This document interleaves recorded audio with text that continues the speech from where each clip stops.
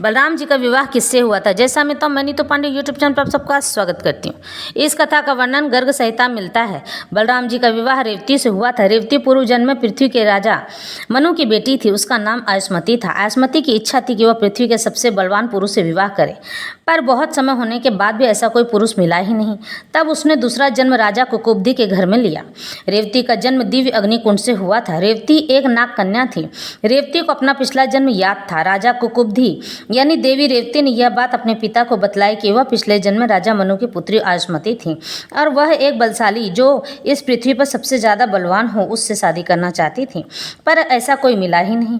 तब रेवती के पिता ने अपनी पुत्री को आश्वासन देते हुए कहा कि पुत्री, तुम चिंता न करो, अब तुम्हें बलवान बलशाली पति अवश्य मिलेगा। तब इस बात की घोषणा हुई कि राजा कुकुब्धि की पुत्री का विवाह उससे होगा जो इस पृथ्वी पर सबसे बलशाली होगा। यह बात इंद्रदेव तक पहुंची और यह प्रस्ताव रेवती के सामने रखा, पर रेवती ने मना कर दिया। इस पर इंद्रदेव क्रोधित हो गए और रेवती को श्राप दिए कि वह कभी भी मां नहीं बन पाएगी। इससे रेवती आहत हुई। तब राजा कुकुब्धि ने रेवती को आश्वासन दिया और दोनों ब्रह्मदेव के पास पहुंचे रेवती के वर के बारे में पता करने, लेकिन ब्रह्मदेव तपस्या में लीन थे।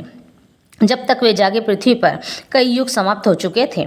इस पर ब्रह्मदेव ने बताया कि पृथ्वी पर अब तुम्हारे वंशज नहीं हैं, और रेवती के बिना कुछ कहे ही ब्रह्मदेव ने कहा कि जिस वर की तलाश तुम कर रही हो वह अब जन्म ले चुका है और नारायण बने श्री कृष्ण के बड़े भाई शेषनाग, जो कि पृथ्वी बलराम बनकर जन्म लिए हैं। पृथ्वी ही नहीं अपितु पूरे ब्रह्मांड में उन सा बलशाली कोई नहीं है। कुकुब्धि, तुम रेवती का विवाह बलराम से कर दो। इस पर राजा कुकुब्धि ने हाँ कर दिया और देवी रेवती का विवाह बलराम जी से